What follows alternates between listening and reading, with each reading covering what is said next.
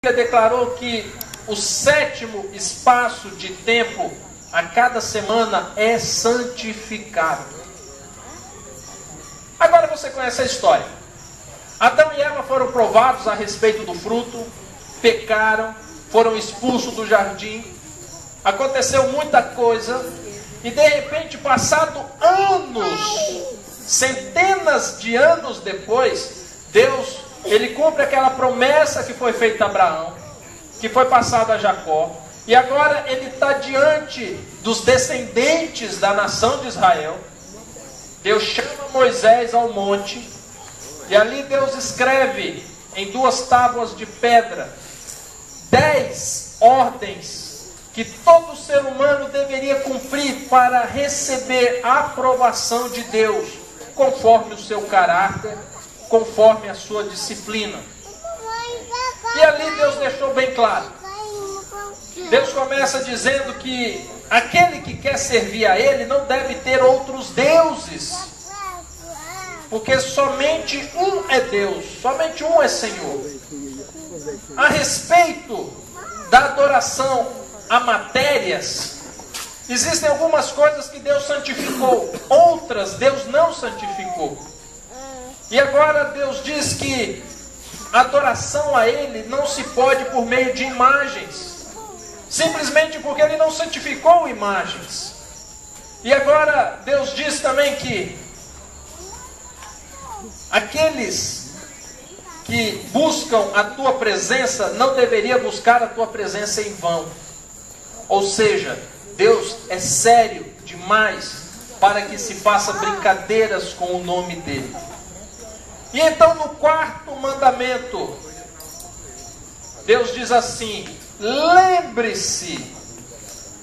Quando eu falo para você se lembrar de algo, certamente é algo que você já conhece. Não tem como eu pedir para você se lembrar de algo que você nunca ouviu dizer. Quando nós dizemos a alguém, lembre-se, nós estamos fazendo referência a algo que a pessoa já tenha ciência. E o 4º mandamento diz, lembra-te do dia de sábado para o santificar. E agora o mandamento ele dá mais sequência dizendo, porque olha, em 6 dias fez o Senhor os céus, a terra e todas as outras coisas que nele há. Mas no 7º dia, o Senhor abençoou e santificou. Agora Deus, Ele mais uma vez confirma aquilo que no 7º dia da criação Ele já havia deixado claro. Que além de matérias, além de espaço, Deus deixou um tempo para a santificação. Agora nós vamos atravessar mais de 4.000 anos da história. Chegamos no tempo de Cristo. E no tempo de Cristo, em alguns momentos, esse espaço de tempo ele foi discutido. Houve em um sábado que Jesus estava no templo. E agora pessoas foram até Jesus a fim de ser curado. Imagina você, tem um galileu andando pela nação de Israel. E por onde ele passa, pessoas são curadas. E a Bíblia diz que não era uma multidão que seguia Jesus, mas várias multidões que seguiam a Jesus. E agora no sábado, Jesus está pertinho de nós. Ele está ali no templo. E você quer muito milagre. Você deixaria passar essa oportunidade? É certo que não. E as pessoas também não deixavam. E então as pessoas iam até Jesus e pediam para ser curadas por Ele. E nesse episódio Jesus curou as pessoas no sábado. E agora, os sacerdotes, os fariseus, os mestres da lei acharam um absurdo. Porque Jesus estava curando no sábado. Por que eles acharam isso um absurdo? Depois que a nação de Israel se erguia, andava com Deus e tudo ia bem, chegava um momento que a nação de Israel pecava e as coisas iam de mal a pior. Depois a nação de Israel se arrependia e voltava de novo a andar com Deus, mas eles pecavam e a nação caía e ia de mal a pior. Chegou no momento em que a nação de Israel começou a criar mais leis para evitar que a nação pecasse. Então, o simples fato de Deus declarar que o sábado era um espaço de tempo santo já não era mais suficiente.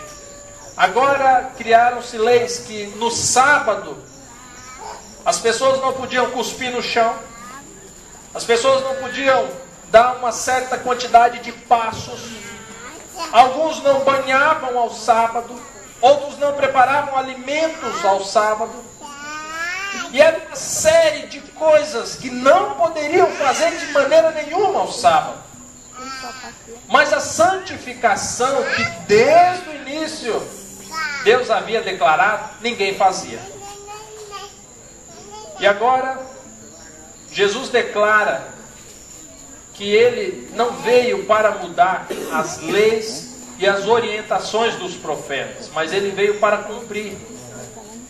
E ele afirma em um momento, questionando a quem ali indagava o fato dele ter curado pessoas ao sábado, dizendo assim: se por um acaso um gado seu caia num penhasco ao sábado, você não vai lá resgatar?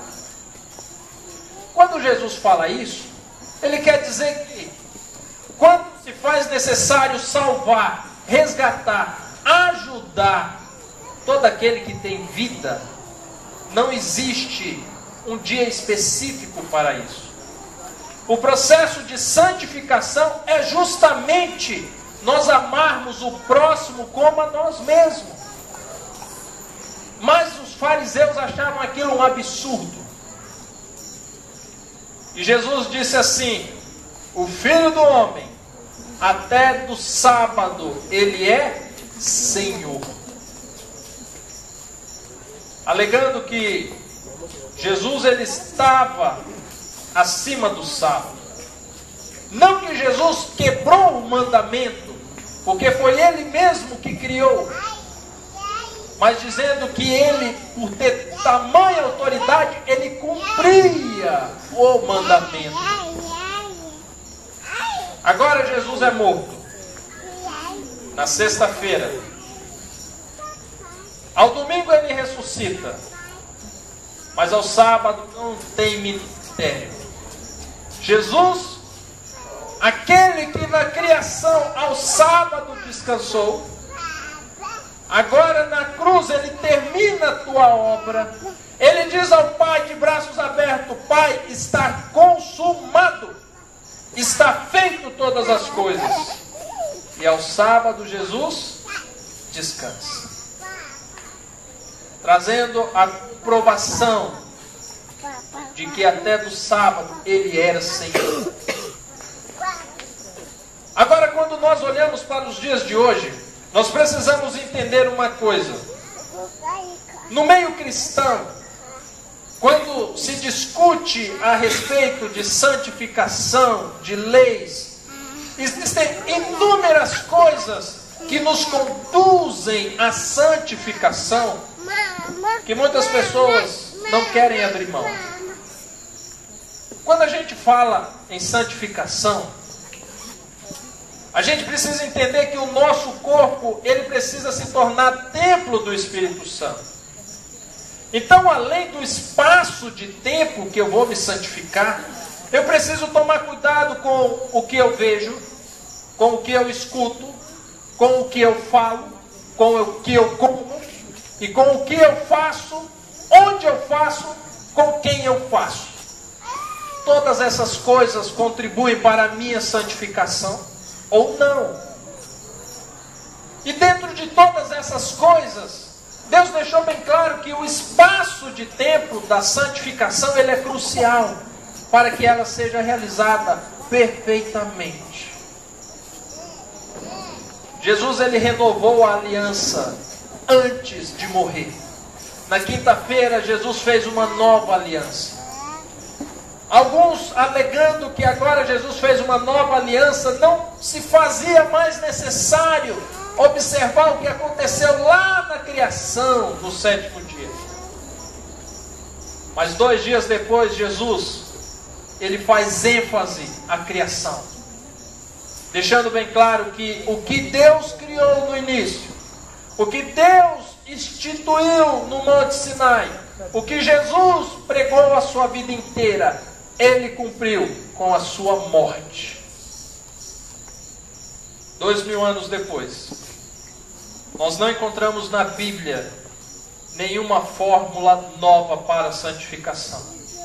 A santificação nos dias de hoje ainda consiste em nós renovarmos a nossa mente, em nós transformarmos o nosso corpo para ser templo do Espírito Santo, e nós dedicarmos toda semana um espaço de tempo para que sejamos santificados. Eu quero dizer para vocês que eu acredito que o fato da Bíblia não trazer nenhum relato a respeito do que aconteceu nesse dia é simplesmente porque esse único verso, ele é o caminho para que nós possamos ser direcionados 2000 anos depois. Os discípulos não discutiram teologia no sábado. Os discípulos não saíram foragidos ao sábado. Os discípulos não se preocuparam com o que aconteceria com o ministério nesse dia. A Bíblia conta que eles simplesmente descansaram. É certo que de todos os sábados que a terra teve, desde a sua criação, esse foi o mais triste. Este foi definitivamente o sábado mais triste. Embora os discípulos tivessem descansados também nesse dia em que Cristo estava descansando na sepultura, muitos ainda não estavam assimilando o que estava acontecendo. Amanhã nós vamos ver que Jesus, ao ressuscitar, Ele vai atrás de algumas pessoas para explicar o que de fato havia acontecido. Mas eu quero que nessa noite, enquanto a música vai ser entoada nesse momento, que você faça uma análise da sua vida e que você consiga identificar como está o seu processo de santificação. Se você tem caminhado a cada dia para mais perto de Deus, ou se ao final de cada dia você está mais longe de Deus. Vocês entenderam? Ao final de cada dia, você está mais perto de Deus ou você está mais longe de Deus? Nesse sábado, você se achegou a mais perto de Deus? Ou você, nesse momento, sente que você está mais longe de Deus? Use esse momento, independente da sua situação, fale com Deus e deixe bem claro para Ele que hoje você quer terminar essa noite bem próximo dEle, a ponto de senti-lo dentro de você, para que o teu Santo Espírito possa lhe fazer moradas.